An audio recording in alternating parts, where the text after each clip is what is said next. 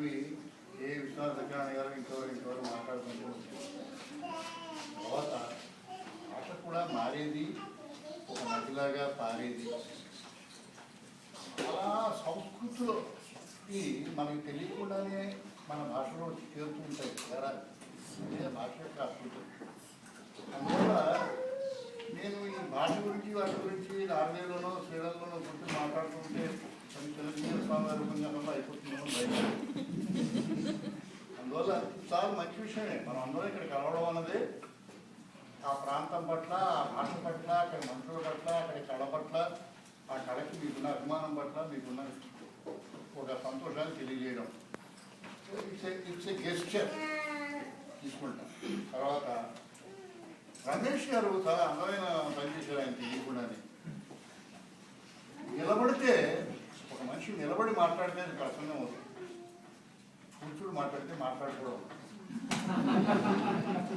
మనం నిలబడి మాట్లాడేటప్పుడు నేను ఎక్కువ ఇంగ్లీష్ మాట్లాడుతుంటాను మధ్య మధ్య, నేను తెలుగు రచయితను కదా.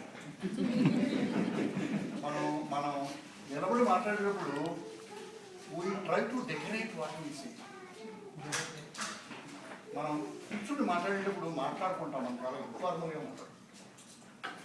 నిలబడి మాట్లాడేవాళ్ళు నిలబడి మాట్లాడే శక్తి సామర్థ్యాలు, క్రాఫ్టో లేకపోతే వాడు మాట్లాడడానికి ఇబ్బంది పడతారు.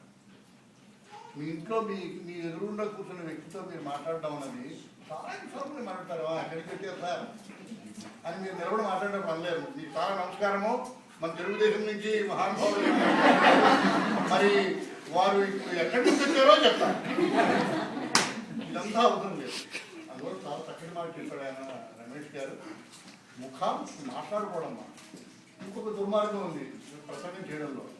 నేను 60 సంవత్సరాలు బట్టి తెలుగులో లేదా ఏ భాషలో లేదా ఏ సాహిత్యంలో లేదా ఏ ప్రాంతంలో ఉండే అన్ని సమాచార మాధ్యమాలలోనూ పనిచేశాను. నాకు బికే రావు గారిని మా డిప్యూటీ డైరెక్టర్ ఉండేవాడు, నువ్వు కమ్యూనికేటర్ అంటానయ్యా అని అనేవాడు. అన్ని ప్రసార మాధ్యమాల్లోని అన్ని ప్రచార మాధ్యమాల్లోని పనిచేసే ఇది గొప్పతనం. తర్వాత మాట అదృష్టం నాకు. I could communicate, I could work in all the media. కనుక ఒక సాయంకాలం అనుకోకుండా స్వీడన్ నుంచి వెళుతున్న నేను ఇంతమంది తెలుగువారిని కలుసుకున్నప్పుడు, తెలుగువారిగా మీరు ఒక తెలుగు నటుడినో తెలుగు రచయితనో ఇక్కడ చూస్తున్నప్పుడు మీరు తెలుసుకోవాలనుకున్న విషయాన్ని నేను చెప్పడం అందంగా ఉంటుంది. కానీ నాకు తెలిసిన విషయాలు మీకు చెప్పడం కాదు. నేను 4 తెలిసిన విషయాలు చెప్పాలంటే 60 ఏళ్లలో మీకు అక్కడి మీకు అవసరం లేదు, నేను చెప్తానండి. చాలా మంచి మాట అన్నాడు ఆయన రమేష్ గారు. ముఖాముఖి మాట్లాడదు, ముచ్చటగా చక్కగా మాట్లాడతారు. కానీ మీకు ఏమైనా ఏ విషయం నుంచైనా ప్రత్యేకంగా మాట్లాడాలని నాకేంటి వినాలనో లేదా నేను చెప్పాలనుకుంటే చక్కగా మాట్లాడుకుందాం. ఎవరు నిలబడి మాట్లాడకండి, చక్కగా కామ్గా మాట్లాడాలి. దానివల్ల లాభం ఏమిటంటే it becomes more informed. We share ideas. I am not trying to project ideas. ఇప్పుడు నేను కూడా చాలా ఇన్ఫార్మల్గా ఆయన గురించి మాట్లాడుతున్నాను.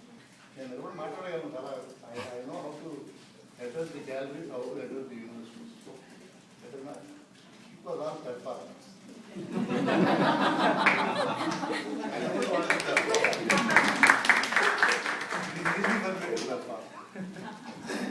Let me be a pastor. కర్నూలులో పినాకపాణి గారి విధులు అని చెప్పారు. విజయనగరం నుంచి వచ్చారు. ఎన్ని విషయాలు తెలుసుకుంది, ఎన్ని విషయాలు మాట్లాడుతున్నా.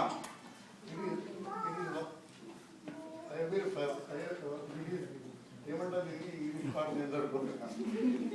It's for everybody to hope their nose talk. సున్నితమైన విషయం, రాజకీయాల గురించి ఏమైనా చెప్పగలరా? రాజకీయాల గురించి చెప్పగలను కానీ దరిద్రం ఎందుకు?